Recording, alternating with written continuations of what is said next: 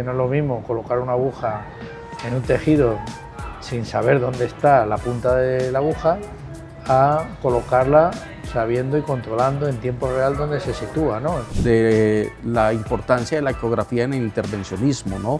Es saber realmente en tiempo real lo que está sufriendo esa estructura dentro del aparato locomotor, ¿no? Bueno, realmente la especialidad de medicina del deporte tiene dos campos muy amplios. Y es precisamente esos mitos que se tejen. Lo que hace es precisar el tratamiento en la zona que lo requiere, ¿no? Amolca al aire, donde el conocimiento, la experiencia y la ciencia se encuentran para transformar la práctica médica y odontológica.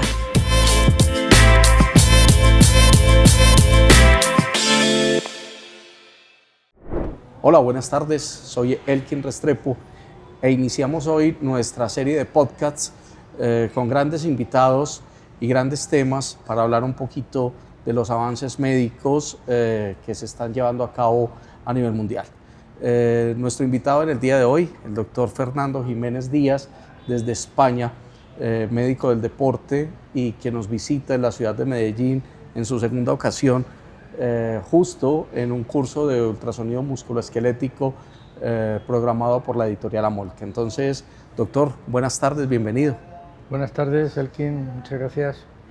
Bueno, doctor, entrando en materia, la invitación hoy es hablar de ecografía, hablar de ese método de diagnóstico que hace unos años estaba reservado a algunas especialidades médicas y que tenía, digamos, unos lineamientos muy específicos y muy particulares, y que hoy cada vez más está entrando con gran fuerza en todas las diferentes especialidades de la medicina.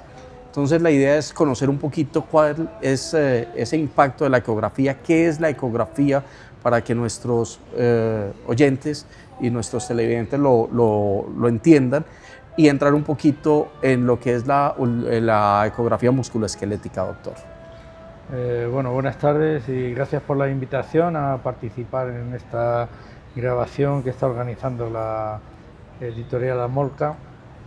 Y contestando a la pregunta de Elkin, bueno, básicamente la ecografía es una herramienta utilizada en medicina que aplica la imagen como elemento de utilidad diagnóstica, popularmente conocida históricamente desde hace varias décadas por su utilidad en el diagnóstico del embarazo, y entrando en un plano más científico, pues reconocida por su aplicación en el diagnóstico de múltiples enfermedades que afectan a diferentes territorios y a diferentes tejidos, ¿no?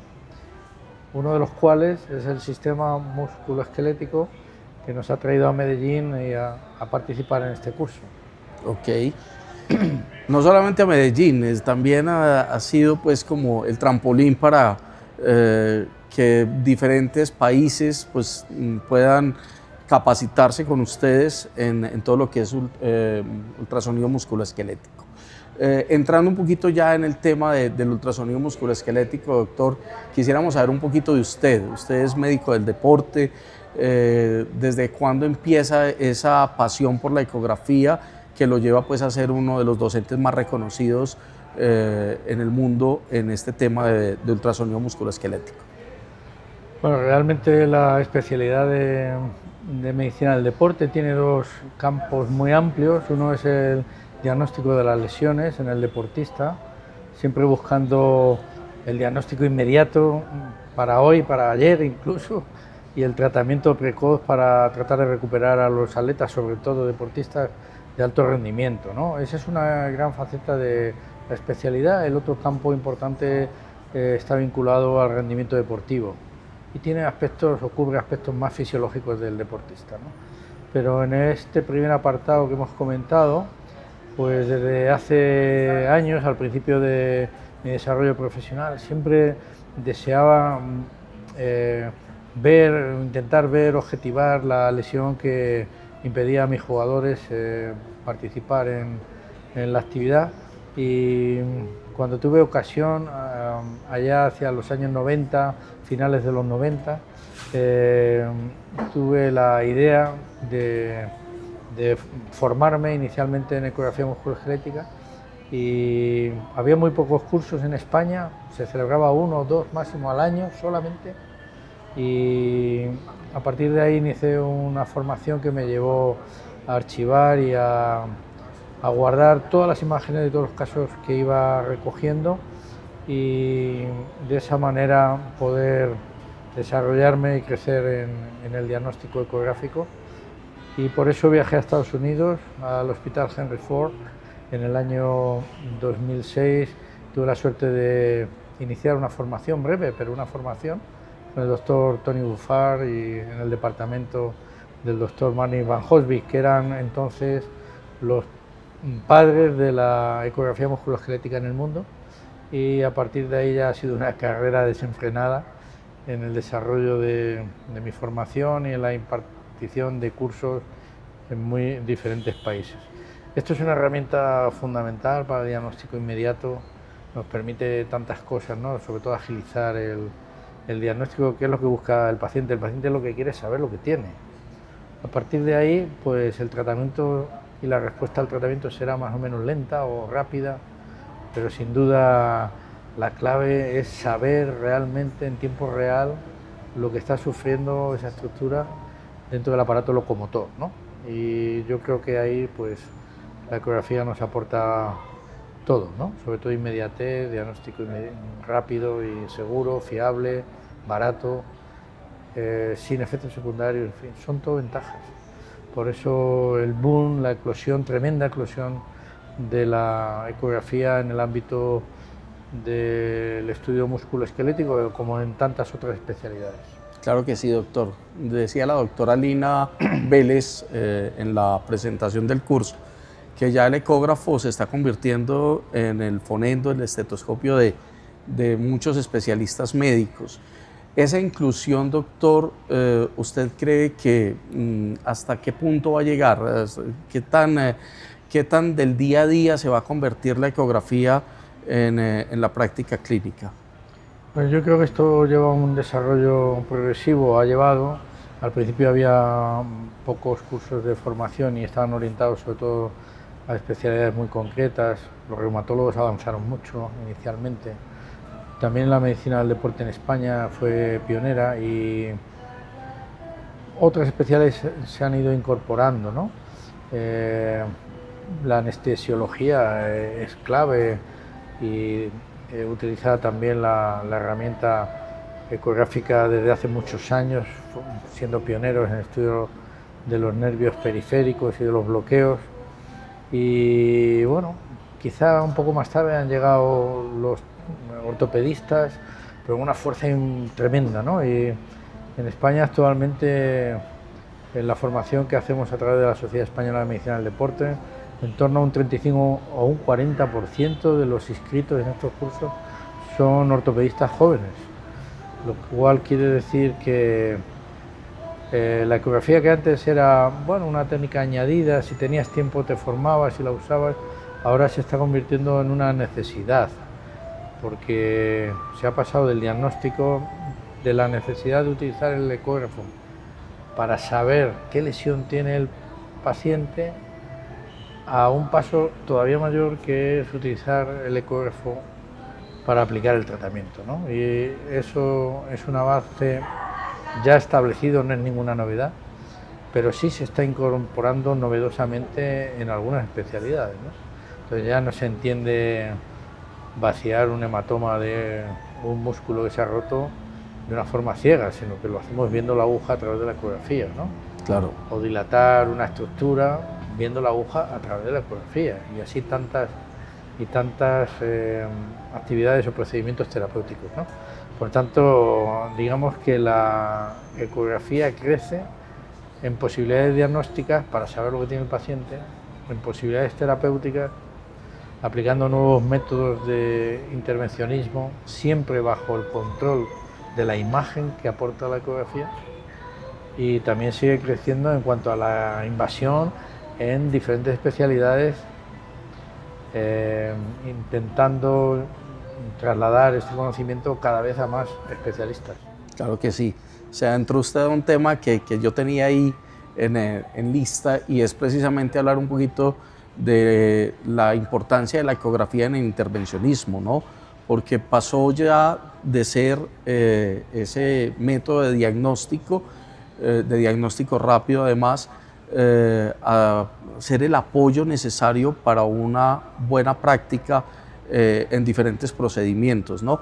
¿En qué áreas, doctor, cree usted que es más importante la ecografía, o en qué áreas del intervencionismo, o para qué procedimientos resalta usted la ecografía como una herramienta fundamental? Bueno, en general hay dos grupos de abordajes de lesiones, ¿no? Siempre que hay una colección líquida, un hematoma, un absceso, un quiste, se puede evacuar. Y esas evacuaciones ya se hacen bajo guía, bajo control ecográfico. Y dos, es la aplicación de remedios terapéuticos sobre zonas lesionadas, ¿no?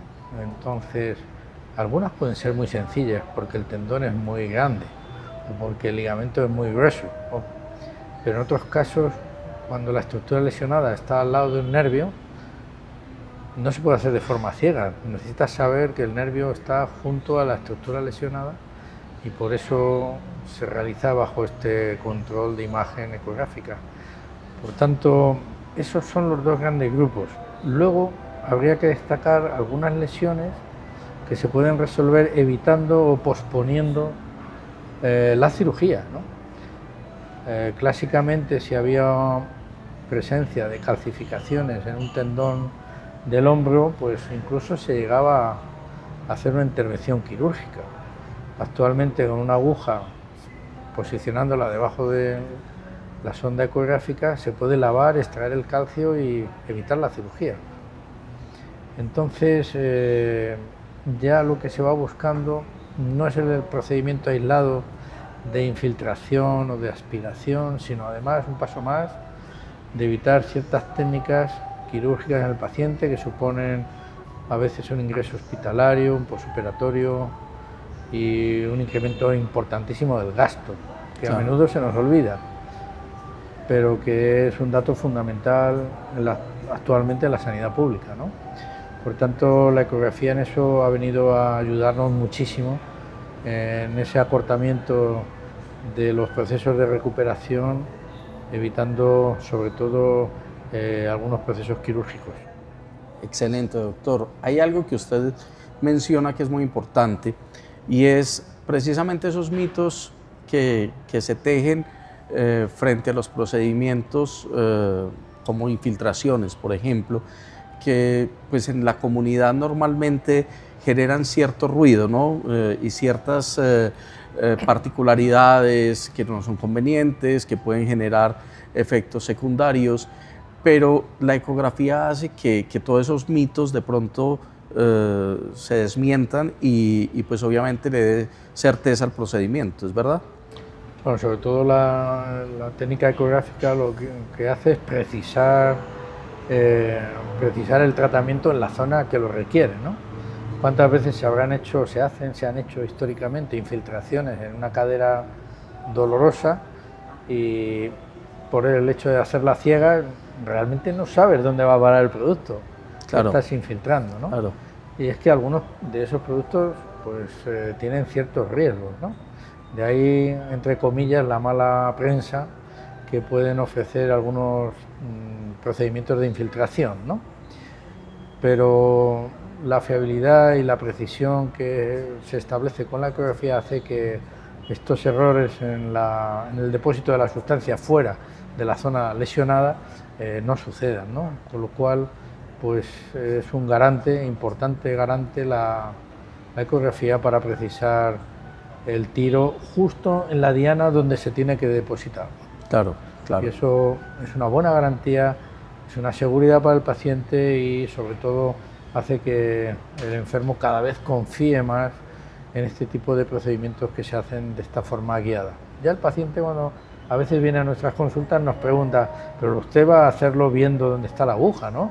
Sí, señor, eso genera mucha tranquilidad, claro, mucha confianza. Claro, ya los pacientes llegan informados de cómo se va a hacer el procedimiento, ¿no? Y las San Google es muy peligroso, ¿no? Es muy peligroso. Y en esto también. Claro. Y el paciente cada vez va mejor documentado a la consulta, ¿no?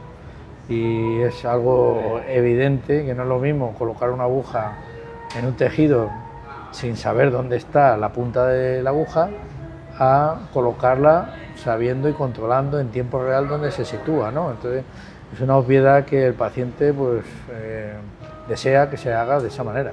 Claro, claro. Ese tema, doctor, del intervencionismo, de las infiltraciones, tiene un control diferente al del estudio ecográfico como tal. Es decir, ahí sí ya no todos los especialistas pueden llegar a manejar tratamientos intervencionistas.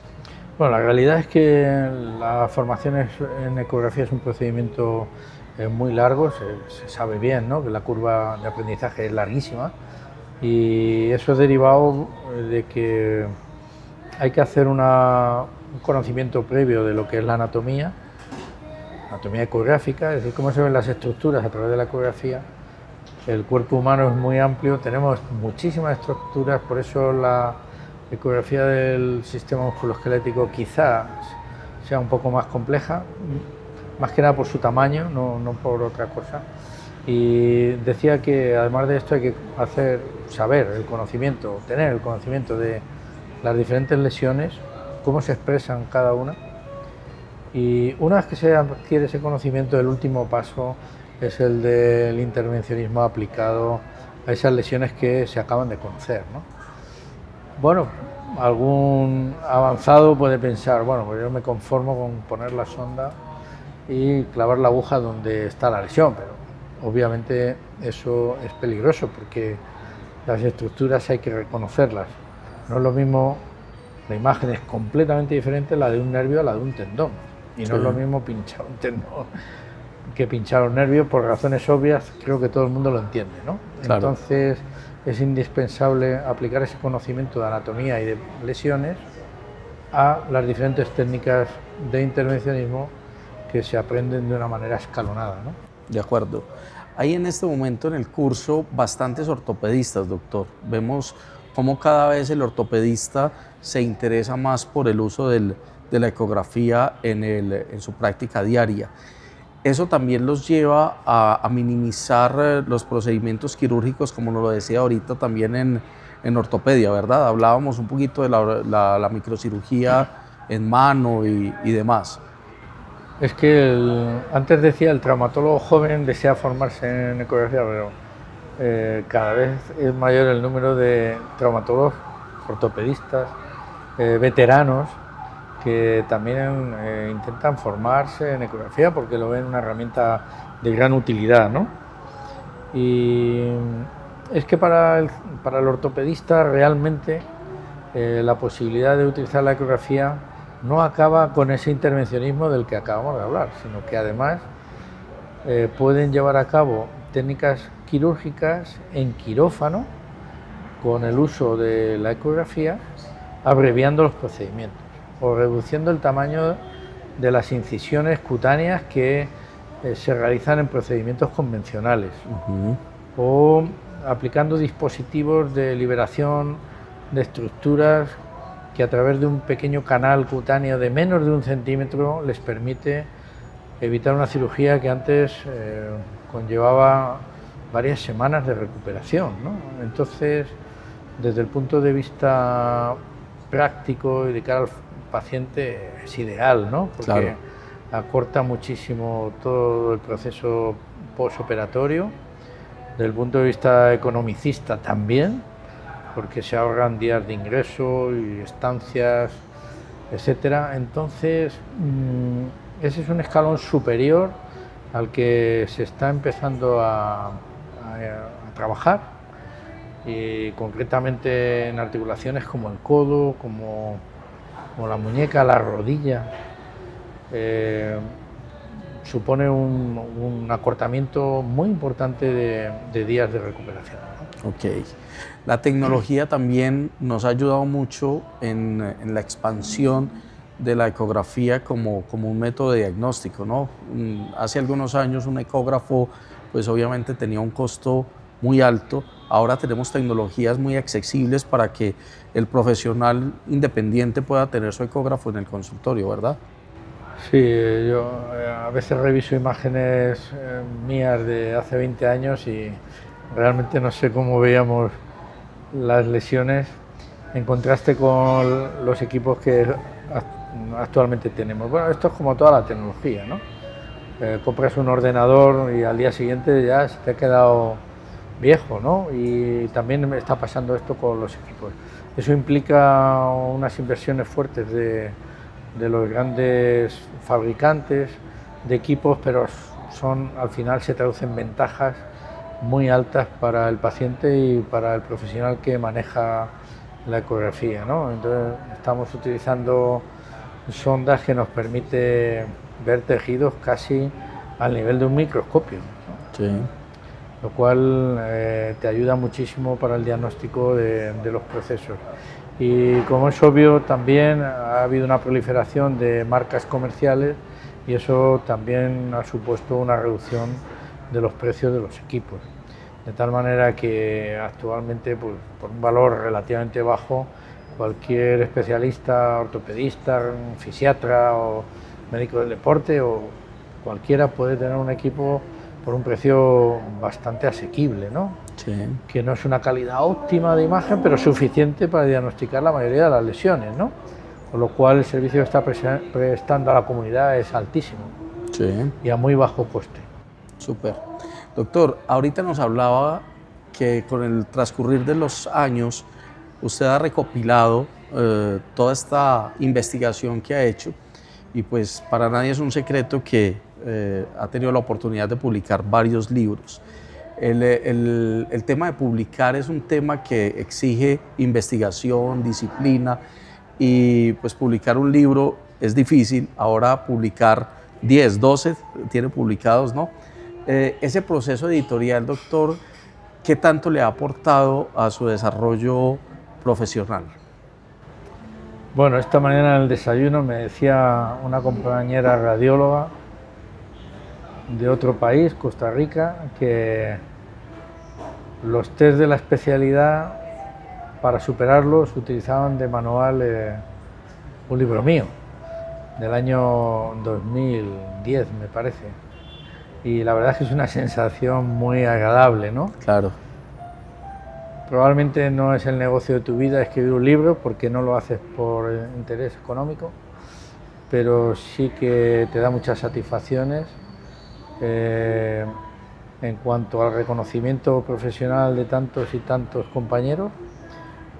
En mi caso tengo la suerte que además en muchos países, sobre todo Hispanoamérica, y yo creo que eso es suficiente, más que suficiente para haber invertido tantas horas de mi vida en ese proceso, ¿no? Pero además es que egoístamente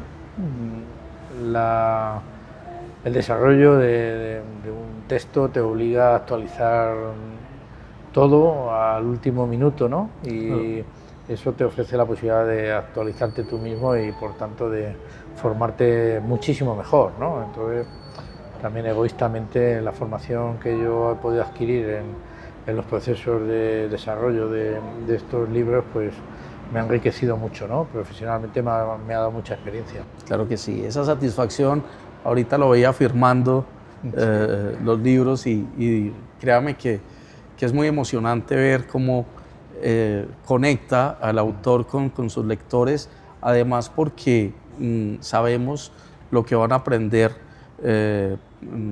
leyendo esas páginas y es toda su experiencia plasmada en el libro. De ahí mi siguiente pregunta, ¿qué tan importante es para usted en este momento, en la realidad del hoy, con todo lo que ofrece la tecnología, el libro como tal? ¿Sigue siendo importante para usted? Hombre, yo en mi experiencia la mayoría de compañeros de profesión siguen prefiriendo el libro impreso, en papel, palpable, que puedes rotularlo, que puedes trabajarlo, que puedes ensuciarlo a base de su uso, ¿no? Entonces, Hay cierta tendencia, dicen, ¿no?, en la gente joven a preferir lo digital, pero cada vez veo más gente joven prefiriendo también utilizar este tipo de libros. Yo creo que el libro, al revés, ahora creo que está experimentando un cierto repunte, ¿no?, sí, en cuanto a su uso y consumo, ¿no? Y yo creo que es lo bonito, no es lo mismo ver la imagen en un pantallazo que ver la imagen en un libro, que la tienes, que la sacas, que la... Y bueno, acabamos de tener un apagón en España 24 horas, solamente 24 horas, pero solamente. Realmente eso te habla de la vulnerabilidad de los servicios, de las tecnologías y de los servicios digitales, ¿no? Entonces, bueno, no tiene nada que ver con el tema que estamos hablando, pero de algún modo esto reivindica la necesidad de mantener, en muchos casos, lo que siempre ha sido tradicional, en este caso el libro de papel, ¿no? De acuerdo. Y yo creo que hay que trabajar por ello, además. Claro que sí. Doctor, para terminar, ¿cuál es de pronto la proyección que usted ve a mediano y largo plazo de la ecografía en el mundo médico? Bueno, yo creo que hace poco entendíamos líneas de futuro de la ecografía y hablamos del intervencionismo. Claro, decir eso hoy es un atraso, porque ya lo hemos superado, ¿no? Entonces, básicamente yo creo que va a haber un avance tecnológico espectacular que nos va a ayudar a mejorar la calidad de las imágenes en el estudio de la mayoría de los tejidos, y por otra parte también hay que considerar la necesidad o la imposición de la técnica en otras especialidades, ¿no? Claro. Y bueno, pues los dermatólogos a lo mejor hace 10 años no pensaban hacer ecografía, estoy hablando de memoria, y actualmente están utilizando la ecografía con un nivel excepcional, ¿no?, haciendo un diagnóstico preciso de muchísimas enfermedades dermatológicas. Sí. Y eso hace 10, 12 años o quizá más, no lo sé, era impensable. Entonces, la implicación de la ecografía en nuevas especialidades y a mayor nivel todavía en las que ya está, es el siguiente punto de crecimiento de esta técnica. Excelente, doctor. Bueno, no siendo más, de verdad agradecerle por su tiempo, por su generosidad, por aceptar la invitación de Amolca, no solamente al curso, sino a nuestro podcast, y pues invitarlo a unos próximos encuentros para que profundicemos en otros temas de interés para nuestros amigos médicos en toda América Latina. Muchas gracias a todos.